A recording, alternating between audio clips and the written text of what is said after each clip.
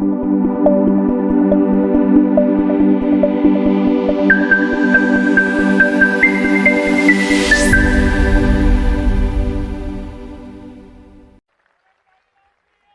तीन चीजें झारखंड की जनता ने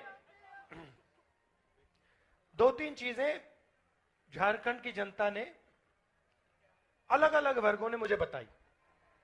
अभी मैं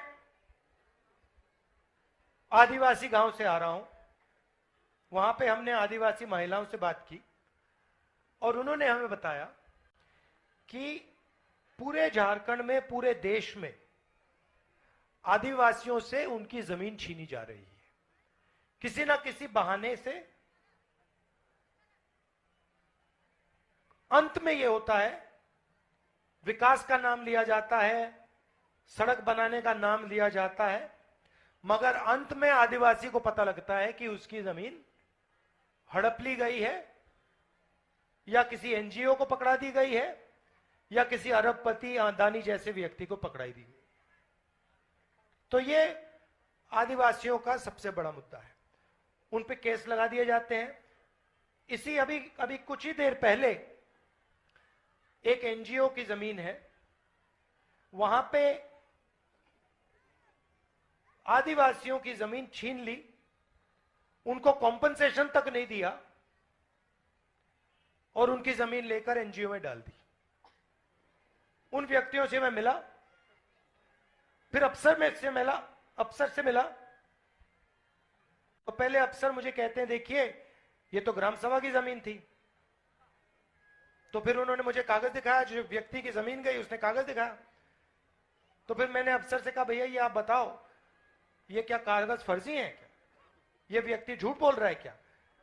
कहते नहीं, झूठ तो नहीं बोल रहा है। तो फिर मैंने बोला, फिर ग्राम सभा की जमीन है नहीं, इसी की जमीन है।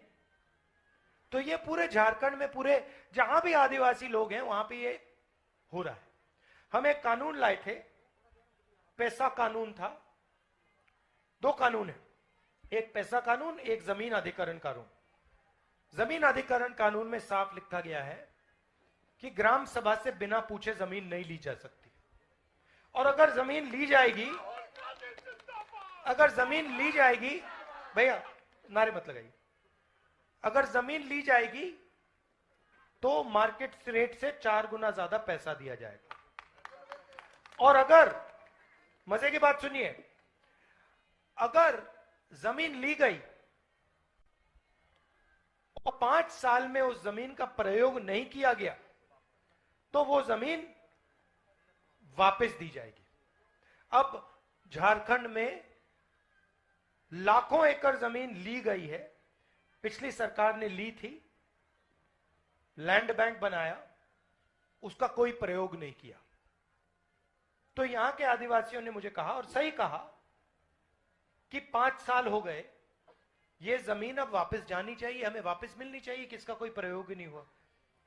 तो ये एक आदिवासियों के सामने सबसे बड़ा मुद्दा है।